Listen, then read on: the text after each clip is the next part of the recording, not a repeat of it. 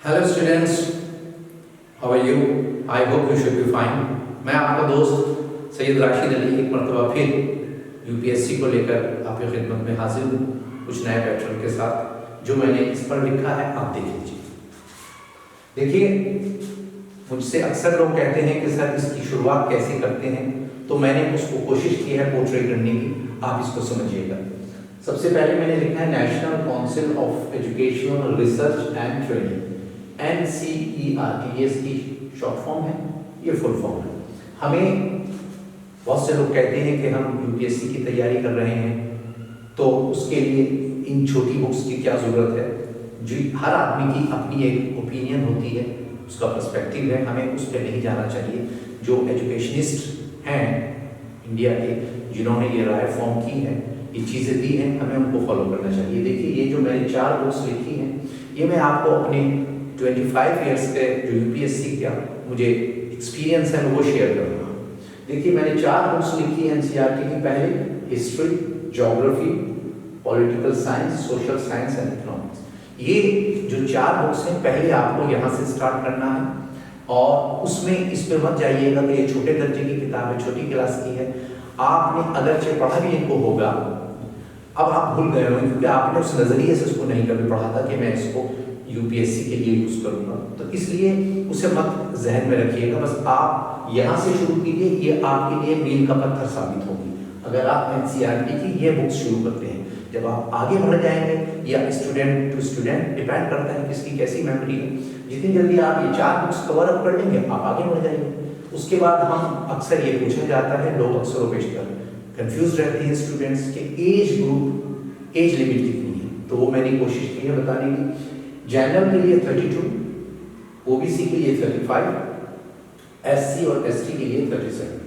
ये तीनों मैंने कैटेगरी यहाँ लिखी हुई है। अब आप इसको देखिएगा। फिर दूसरा सवाल ये करते हैं कि क्वालिफिकेशन कितनी ज़रूरी है। इसके लिए क्वालिफिकेशन इस तरह से ग्रेजुएट होना इसके लिए कंपलसरी है, यानी कि बी। फिर नीचे आते हैं the number of attempts for the IAS exam.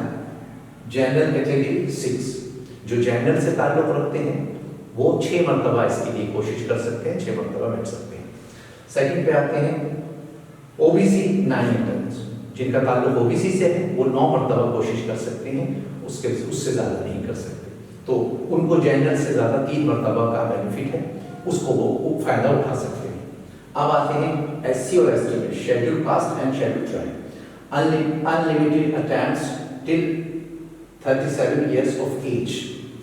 Physically handicapped, disabled candidates belonging to the general category will get the benefit of 9 attempts. इसका मतलब ये हुआ कि जो जनरल के लोग हैं, जनरल कैटेगरी से ताल्लुक़ है, वो 9 मरतबा इसकी कोशिश कर सकते हैं क्योंकि वो फिजिकली हैंडीकैप्ड हैं, तो उनको तो ये बेनिफिट है। अगर हम एससी और एसटी की बात कर सकते हैं, इसमें बहुत इंपॉर्टेंट बात है, ये ज़हन नशीन कर लीजिए। जिनका ताल्लुक एससी या एसटी से है वो इसका फ़ायदा उठा सकते हैं। सपोज उन्होंने 20 साल की उम्र में यूपीएससी की प्रिपरेशन शुरू की थी और वो 37 तक कर सकते हैं। 37 से मुराद ये है कि आपको 17 मरतबा मौका मिल रहा है जो सेंट्रल गवर्नमेंट ने आपको प्रोवाइड किया है, तो इसका फ़ायदा उठाना चाहिए। अगर आपका ताल्लुक इससे है, इस कैटेगरीज में आप आते हैं, तो आपको ये फायदा डायरेक्ट हो रहा है, तो इसलिए आप उसके लिए 17 टाइम्स आप अटेम्प्ट कर सकते हैं। तो मैं ये समझता हूँ ये सबसे ज़्यादा बड़ी फायदे की बात है। इससे ज़्यादा फायदा क्या हो सकता है?